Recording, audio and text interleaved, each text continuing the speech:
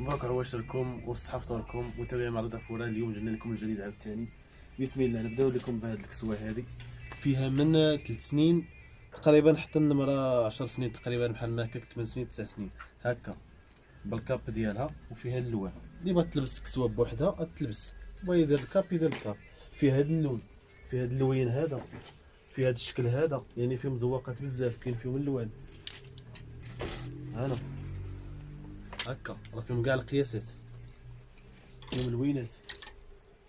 كاينه هذه ها هي كلشي بالكاب. هاهما كاين هاد اللوين الاخر ديالها.